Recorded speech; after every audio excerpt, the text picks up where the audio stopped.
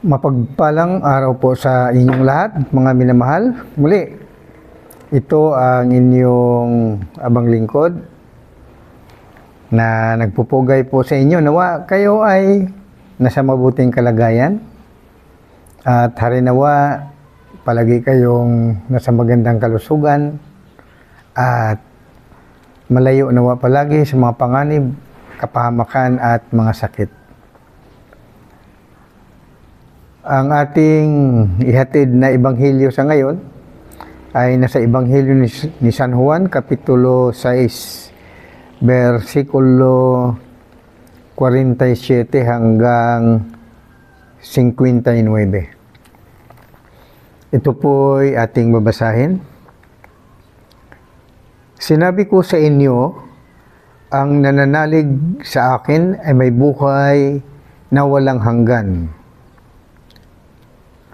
Ako ang pagkaing nagbibigay buhay. Kumain ng mana ang inyong mga ninuno nang sila'y nasa ilang, gayon may namatay sila.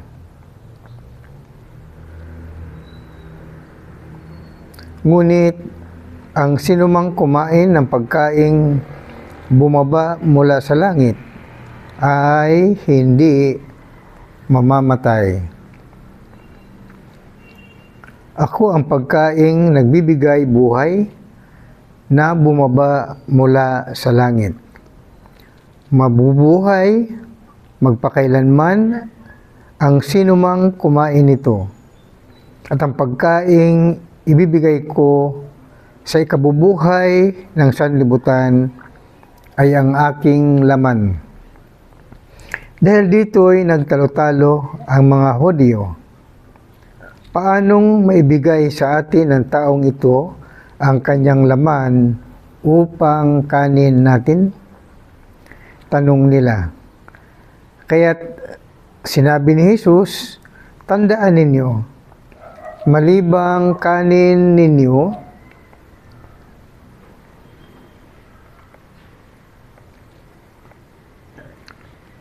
ang laman ng anak ng tao at inumin ang kanyang dugo, hindi kayo magkakaroon ng buhay. Ang kumakain ng aking laman at umiinom ng aking dugo ay may buhay na walang hanggan. At muli ko siyang bubuhayin sa huling araw, sapagkat ang aking laman ay tunay na pagkain, at ang aking dugo tunay na inumin. Ang kumakain ng aking laman at umiinom ng aking dugo ay nananahan sa akin at ako sa kanya. Buhay ang amang nagsugo sa akin at ako'y nabubuhay dahil sa kanya. Gayon din naman, ang sinumang kumain sa akin ay mabubuhay dahil sa akin. Ito ang pagkaing bumaba mula sa langit. Ang kumakain nito'y mabubuhay magpakailanman. Hindi ito katulad ng kinain ng inyong mga magulang sa ilang. Namatay sila bagamat kumain niyon. Sinabi ito ni Jesus nang siya ay nagtuturo sa sinagoga sa Capernaum. Muli, magandang araw po sa inyong lahat. Itong Ebanghelyo, Juan Kapitulo 6, versikulo 47 hanggang 59, ito po ay matalinghaga na mga katuruan ng Panginoong Hesus na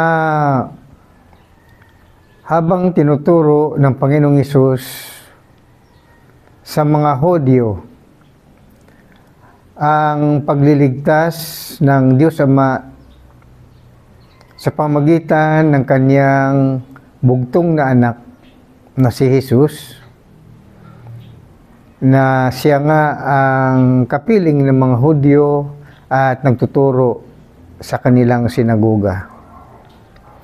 Masyadong napakalalim ng pagtuturo ng Panginoong Hesus dahil hindi pa gaanong handa ang mga Israelita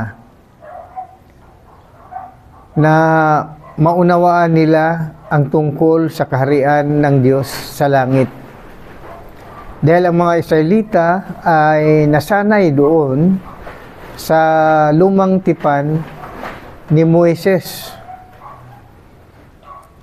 na sila ay binigyan ng kautusan, 6 na araw magtrabaho sila para may pagkain sila tuwing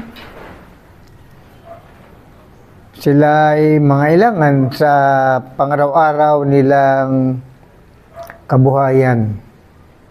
Ngunit sa ika-7 araw, sila naman ay magpahinga upang makinig ng salita ng Diyos. So, sa Juan 6:47 hanggang 59, ang Panginoong Hesus ay nasa kanilang sinagoga. Naghatid ng katuruan ang Panginoong Hesus, ngunit ang kanyang itinuturo ay tungkol sa darating na kaharian ng langit. So habang namumuhay ayon sa lumang kautusan ang mga Hudyo, at gayon din naman hinihintay nila ang kanilang Mesiyas, ay lingid sa kanilang kaalaman ay dumating na ang kanilang Mesiyas. Siya nga si Jesucristo na kanilang kausap. Ngunit dahil sa katuruan ni Jesus na nagbibigay sa kanila ng kalituhan,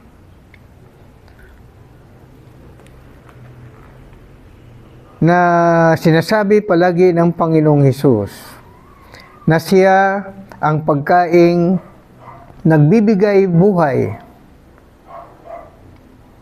at kanya pang pinapalalahanan ang mga Israelita na kanyang kausap ng inyong mga ninuno, kaya sila nabubuhay kahit nandoon sa ilang habang binabaktas ang kagubatan mula sa bundok ng Sinai patungong lupang pangako, ang lupang Kanaan na ipinangako ng Diyos, the land of promise, para sa mga Israelita.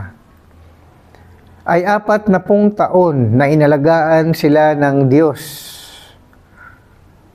At ang kanilang pagkain ay nanggaling sa langit. Ito ang mana. Ito ay kalintulad ng buto ng coriander seed, buto ng kulantro. Ngunit pagka ito niluluto, ay magiging tinapay na katulad ng harina. Kaya kumbaga, itong mana ay kalintulad siya ng harina na magiging tinapay. So, 40 taon na iyan ang pagkain ng mga ninuno ng mga Israelita. At ang kausap ngayon ng Panginoon Jesucristo ay ang mga apo na sa tuhod ng mga ninuno na nakatanggap ng lupang pangako. So ito sila ngayon, kausap ni Jesucristo, dahil sila ay tumalikod sa lumang tipan ni Moises. Tumalikod sila sa Diyos, nilabag nila ang kautusan, kaya panahon na ng pagbabago dahil nakita ng Diyos na ang mga Israelita ay namuhay sa kasalanan, kaya kailangan sila ay ibalik sa kanilang pagtalikod, ibalik muli sila at iharap sa Diyos na magiging malinis, walang kasalanan, at mamuhay sa kabanalan. Kaya ang pagbabagong ito, ang katuruan ni Jesus tungkol sa kaharian ng kalangitan.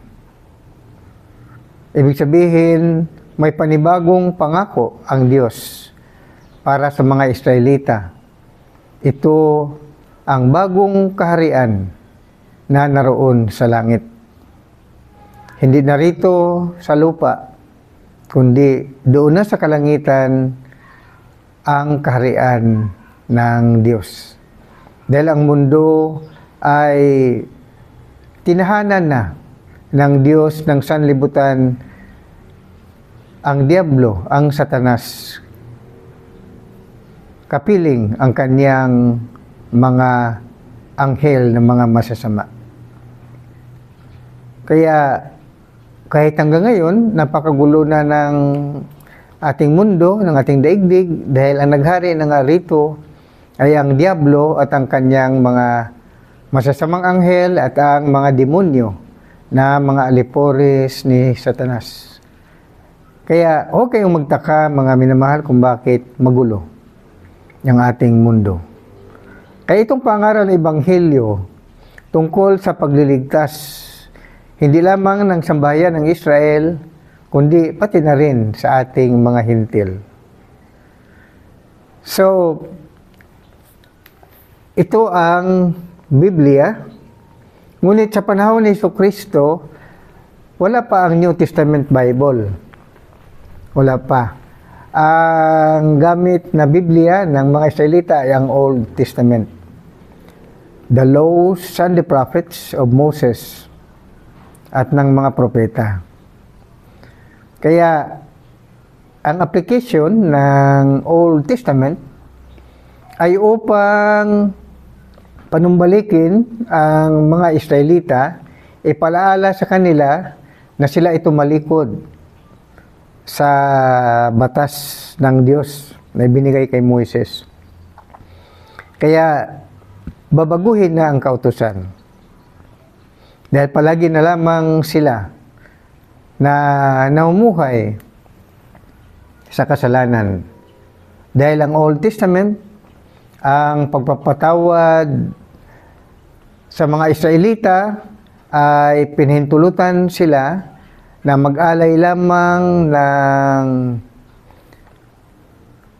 tupa o ibon o kordero, mga hayop na 4 ang paa, at bawat pagkataon na sila magkasala, mag-alay sila, magkatay sila. Ialay nila doon sa templo.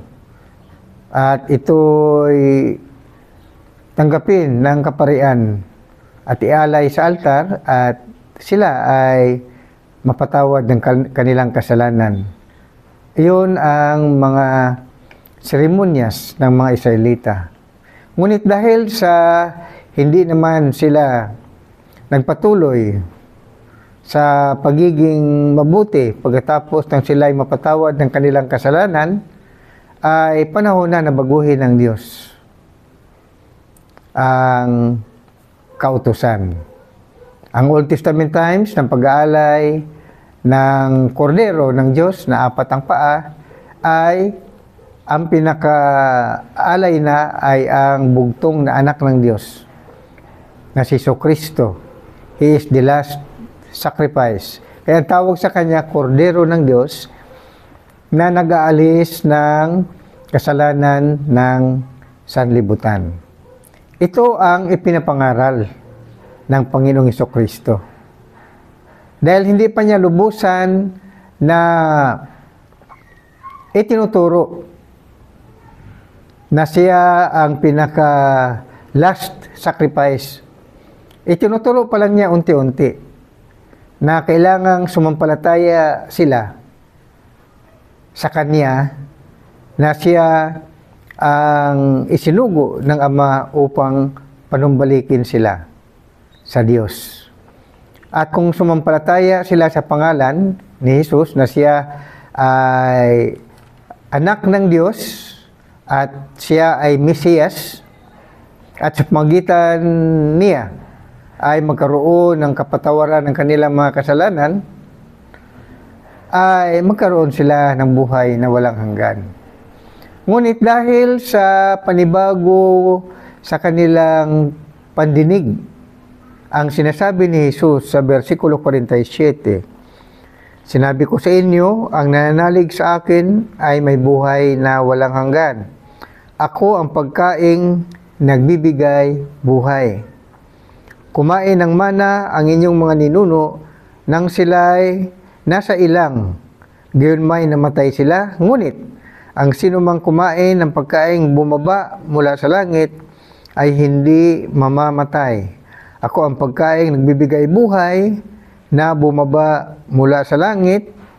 Mabubuhay magpakailanman ang sinumang kumain nito, at ang pagkaing ibibigay ko sa ikabubuhay ng sanlibutan ay ang aking laman. Tandaan natin, mga minamahal, na ang pangaral ng Panginoong Kristo ay nasa loob ng kanyang katawan, ang Diyos Ama na siyang Espiritu Santo. Ang Diyos Ama na siyang Espiritu Santo ay bumaba mula sa langit, kalakip ang kanyang tinig, nagsasalita, ikaw ang sinisinta kong anak na lubos kong kinalulugdan. Ang tinutukoy ay ang taong si Jesus na anak ni Maria at ni Jose. So ang bumaba galing sa langit ay ang Espiritu Santo na siyang Diyos Ama. Ang tinig, iyon ang Kristo ng Diyos. Ang tinig ng Diyos. Ang tinig ng Diyos ay mula pa sa pasimula. Kasama na ng Diyos ang kanyang tinig, ang Panginoon marunong magsalita, ang tinig niya, iyon ang kanyang kalawalhatian upang malaman na ang Diyos ay nasa paligid. Kaya kahit hindi siya nakikita, marinig ang kanyang tinig. Ngunit dito sa New Testament, bumaba na mismo ang Espiritu Santo na siyang Diyos Ama. Kapiling ang kanyang tinig na siya ang tinatawag na Kristo. Ang tinig ng Diyos. Ang kalawalhatian ng Diyos na hindi nakikita. So ang tinig ng Diyos na tinatawag na Kristo at ang Diyos na siyang Espiritu Santo na siyang Diyos Ama ay bumaba mula sa langit at tumahan sa katawan ng tao na ipinanganak ni Mariang Birhen at ang karpenterong si Jose. Kaya iyan ang nagbigay ng karapatan kay Hesukristo upang mangaral ng Ebanghelyo ng kaligtasan. Ngunit sa kanyang pangaral, ang nagsalita ay ang Diyos Ama. Kaya ang tinig na narinig nila ay ang tinig ng Diyos Ama na siyang Espiritu Santo. Lumabas sa bibig ni Jesus. At ang katawan ni Jesus ay naging katawan ng Diyos. Ang katawan ni Jesus ay nagiging kordero ng Diyos. Ang katawan ni Jesus ay naging templo ng Diyos. Ngunit sa harap ng mga mata ng mga Israelita, ang taong si Jesus ay para sa kanila ordinaryong tao. Anak ng isang karpintero at anak ni Maria na kanilang kapitbahay. Kaya ang mga narinig nila kay Jesus nagbigay sa kanila ng kalituhan. Kaya pagpatuloy natin sa versikulo 53, dahil dito, nagtalo-talo ang mga Hudyo. Paanong maibigay sa atin ng taong ito ang kanyang laman? Upang kainin natin? Tanong nila. Kaya't sinabi ni Jesus, tandaan ninyo, malibang kanin ninyo ang laman ng anak ng tao at inumin ang kanyang dugo, hindi kayo magkakaroon ng buhay. Ang kumakain ng aking laman at umiinom ng aking dugo ay may buhay na walang hanggan, at muli ko siyang bubuhayin sa huling araw. sapagkat ang aking laman ay tunay na pagkain at ang aking dugo ay tunay na inumin. Ang kumakain ng aking laman at umiinom ng aking dugo ay nanahan sa akin at ako sa kanya. Buhay ang amang nagsugo sa akin at ako'y nabubuhay dahil sa kanya. Gayon din naman, ang sinumang kumain sa akin ay mabubuhay dahil sa akin. Ito ang pagkaing bumaba mula sa langit. Ang kumakain ito ay mabubuhay magpakailanman. Hindi ito katulad ng kinain ng inyong mga magulang sa ilang. Namatay sila bagamat kumain niyon. Sinabi ito ni Jesus nang siya nagtuturo sa sinagoga sa Capernaum. Kaya nagbigay ng kalituhan ang pagtuturo ni Jesus doon sa sinagoga ng mga Israelita sa Capernaum. Kaya patuloy na nagpapahiwatig si Jesus tungkol sa talinghaga. Na ang sabi niya, ang literal ng pagkain na tinapay na pagkakainin ng mga Israelita ay muli nagugutom sila. Gayon din ang kinain ng kanilang mga ninuno, bagamat iyon ay nanggaling sa langit, mana, ngunit nagugutom uli sila. Ngunit iba ngayon ang tinutukoy ni Jesucristo. Ang pagkain galing sa langit ay siya mismo. Ang kanyang laman, ang pagkain, at ang kanyang dugo ang inumin. Itong mga minamahal ang tinatawag na talinghaga. Dahil si Jesucristo ay anak ng Diyos. At siya ay the last sacrifice. Tawag sa kanya ay kordero ng Diyos na mag-aalis ng kasalanan ng sanlibutan. At ang kanyang katawan ay tinahanan ng Diyos Ama na siyang Espiritu Santo. Nang sabi ni Jesus, buhay ang aking Ama na nagsugo sa akin. Dahil ang nagsugo sa kanya, ang Diyos ng buhay na nakatira sa loob ng kanyang katawan. Kaya ang katawan ni Jesucristo ay nagiging katawan ng Diyos. Ngunit ito ay magiging last sacrifice, magiging sakripisyo. Kaya nga ito ang tinatawag na tinapay na ng buhay. Dahil ang sabi nga ng Panginoong Jesucristo, kung manalig kayo, kung sumampalataya kayo sa aking sinasabi, na ako ang pagkaing magbibigay buhay, ay bagamat kayo mamamatay, ngunit bubuhayin kayo muli sa huling araw upang magkaroon kayo ng buhay na walang hanggan. Dito mga minamahal, ang tinutukoy ni Jesucristo ay tungkol sa paghari ng Diyos. Ang paghari, bagong kaharian doon sa langit, ngunit hindi rito sa ating mundo. Kaya ang tinutukoy, ang tinuturo ni Jesucristo ay ang kanyang laman, ang magiging pagkain, at ang kanyang dugo ay magiging inumin. Ang kumain ng kanyang laman at uminom ng kanyang dugo ay bagamat mamatay, muli ay mabubuhay at magkaroon ng buhay na walang hanggan.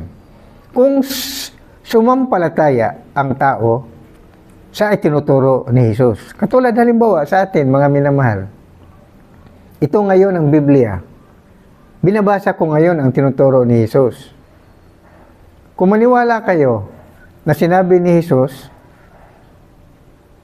tungkol dito na siya ang pagkain galing sa langit, bagamat siya'y tao, at ang kanyang dugo ay inumin, upang ang uminom nito ay hindi na mauhaw pa, at ang kumain ng kanyang laman ay hindi na magugutom pa, mangyari sa atin sa magitan ng ating panampalataya ang sinabi ni Jesus. Ngunit dahil ito ay talinghaga, in advance, ipinapangaral ni Jesucristo sa mga Hudyo upang atin ding maunawaan sa kasalukuyan. Dahil ang katuruan ng Panginoon Jesucristo na siya bilang tinapay ng buhay, ng kanyang laman ay dapat kainin ng tao at ang kanyang dugo ay dapat inumin ng tao upang tao ay magkaroon ng buhay na walang hanggan. Ito po ay pinapatungkol sa isang kautusan na pagka ang Panginoon Jesucristo ay maipako na sa krus dahil hindi maniwala sa kanya ang mga Hudyo, papatayin siya dahil sa pangumusong at sa paglabag tungkol sa Sabat. Yun ang kanyang kasalanan eh. So in advance, sinasabi na ng Panginoong Jesucristo kahit malayo pa ang takdang panahon na siya ay papatayin, ngunit unti-unti na niya. Na ibig sabihin na kainin ng kanyang laman, inumin ng kanyang dugo, ibig sabihin, papatayin siya. Papatayin siya ng mga Israelita. Habang ang mga Israelita naman ay nagsiselebrate sila ng kanilang pagkatay ng kordero. Yun ang tinatawag na Paskwa, Passover. Doon sa pagkatay nila ng Passover lamb, 4 ang paa noon. Yun yung sa kautusan ni Moises. Ngunit ang mangyari kay Jesucristo, at the same time, dahil hindi naman siya kilala na siya ang Mesiyas, papatayin siya dahil lumalabag siya sa batas di umano ni Moises. Paglabag sa Sabat at pamumusong na sinasabi niya na ang Diyos ay kanyang ama at siya anak ng Diyos. Ayaw siyang paniwalaan diyan eh. Kasi inilihim kasi yung pagtahan ng Diyos Ama sa katawan ni Jesucristo.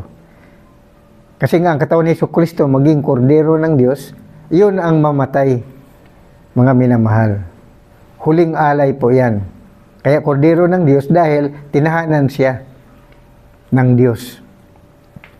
Siya ay katawan ng Diyos. Siya ay templo ng Diyos. Ngunit ang pinaka-mission niya, siya ang the last sacrifice upang maging kabayaran ng kasalanan ng sanlibutan. So, ito, ang katuruan na yan ni Jesus tungkol sa pagkain ng kanyang laman at sa pag-inom ng kanyang dugo, na kung sinong kumain at uminom ay magkaroon ng buhay na walang hanggan, ay ang katuruan ni Jesus tungkol sa the Last Supper, yung kanyang huling hapunan, mga minamahal. Nasulat po yan sa Mateo Kapitulo 26, versikulo 26 hanggang 29. Basahin natin upang maintindihan ninyo kung bakit palaging pabalik-balik si Jesus. Nakainin ninyo ang aking laman, inumin ninyo ang aking dugo. Ito po ang tinutukoy ni Jesus. Mateo 26, versikulo 26 hanggang 29. Ang banal na hapunan. Kasabay din ito ang Pasko ng mga Hudyo. The Passover. Samantalang sila'y kumakain, dumampot ng tinapay si Jesus. At matapos magpasalamat sa Diyos, kanyang pinagpirapiraso at ibinigay niya sa mga alagad, yung 12 apostol. Ito ang tinatawag na Last Supper. Kunin ninyo ito at kainin. Basahin ko muli, Mateo Kapitulo 26, versikulo 26 hanggang 29. Samantalang sila'y kumakain, dumampot ng tinapay si Jesus at matapos magpasalamat sa Diyos, kanyang pinagpirapiraso. Ibig sabihin ang tinapay at ibinigay sa mga alagad. Kunin ninyo ito at kainin. Ito ang aking katawan. Wika niya. Hinawakan niya ang saro, nagpasalamat sa Diyos at ibinigay sa kanila. Uminom kayong lahat nito, sabi niya, sapagkat ito ang dugo ng tipan. Sapagkat ang aking dugo na mabubuhos dahil sa marami sa ipagpapatawad ng mga kasalanan, sinasabi ko sa inyo na hindi na ako inom nitong alak na mula sa ubas hanggang sa araw na ang bagong alak ay inumin kong kasalo kayo sa kaharian ng aking Ama. At pagkaawit ng isang himno, sila nagpunta sa bundok ng mga olibo. So ito ang selebrasyon ni Jesus ng Last Supper. Kapiling niya ang kaniyang mga alagad, ang 12 apostol. Kasama pa rito si Judas. May isang pirasong tinapay at isang saro na may alak ng ubas. Ginawa ni Jesus ay pinagpira-piraso niya ang mga tinapay at ibinigay isa-isa doon sa kanyang mga alagad. At pagkatapos, sabi niya, ito ang aking katawan. Ibig sabihin, yung tinapay, simbolo ng kanyang katawan. Kaya sabi niya, ako ang tinapay ng buhay. Ako ang pagkain ng buhay. Bakit? Dahil sa kung sinabi rin dito sa Lucas, Kapitulo 22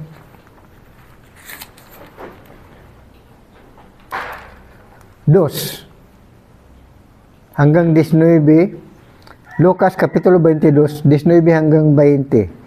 Sabi rito, at dumampot siya ng tinapay at matapos magpasalamat sa Diyos, kanyang pinagpira-piraso at ibinigay sa kanila. Sinabi niya, ito ang aking katawan na ibinibigay para sa inyo. Gawin ninyo ito bilang pag-alaala sa akin. Gayon din naman, dinampot niya ang saro pagkatapos maghapunan at sinabi, ang sarong ito ang bagong tipan ng aking dugo na nabubuhos dahil sa inyo. So ang dugo ni Jesucristo, ang simbolo na kanyang pinapainom doon sa kanyang mga alagad ay alak ng ubas. Yun namang simbolo ng kanyang katawan na pinapakain ay ang putol-putol na tinapay. Yun ang ibig sabihin, mga minamahal. Yun ang hindi naarok ng mga Hudyo. Hindi nila naarok ang ibig sabihin ni Jesus. Kasi nga alam ni Jesus na papatayin siya. At ipako siya sa krus, tusukin ang kanyang tagiliran at bubuhos doon ang kanyang dugo sa krus ng Kalbaryo. Kaya nga sabi niya, ang aking dugo na mabubuhos, yung bang future, darating pa. Kasi nga, ipapako pa lang siya. Ngunit ang kumpletong pagpaliwanag ng Hesus ay kanyang sinabi sa kanyang mga tapat na alagad, ang kanyang mga apostol. Hindi roon sa mga Hudyo. Kaya nagbigay ng kalituhan.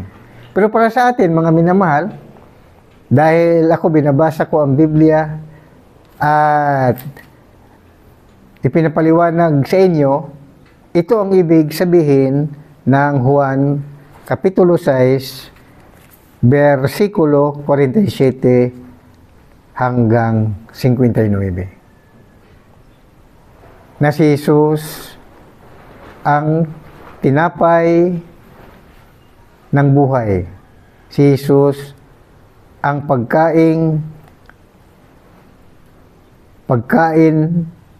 galing sa langit na nagbibigay buhay. Nang sabi niya, kung kainin niyo aking laman Bagamat kayo mamamatay, mabuhay kayong muli. Pag inumin ninyo ang aking dugo, mabubuhay kayong muli at hindi na kayo mauuhaw pa. Ibig sabihin, sa buhay ni walang hanggan, hindi natin kailangan pang kumain at uminom. Dahil doon sa kaharian ng Diyos, wala nang pagkain doon, wala na ring inumin. Dahil wala nang kamatayan ng tao doon. In advance po yun, mga minamahal. Pero dito sa Biblia, ay ipinapahiwatig na sa atin ang Panginoong Jesucristo upang magkaroon tayo ng pag-asa. Amen? So, sa magitan ng pagtuturo ng Panginoong Jesucristo dito sa Biblia, ay maunawaan po natin ang mga talinghaga. Amen for that, mga minamahal. At kung kayo may mga katanungan at gusto pa ninyo ng additional na kaliwanagan, magipag-usap lang po kayo. At sa aking, magbigay lang kayo ng comment sa aking Facebook account at sa aking YouTube channel. Salamat po. God bless us all. Praise God. Hallelujah. In Jesus' name. Amen.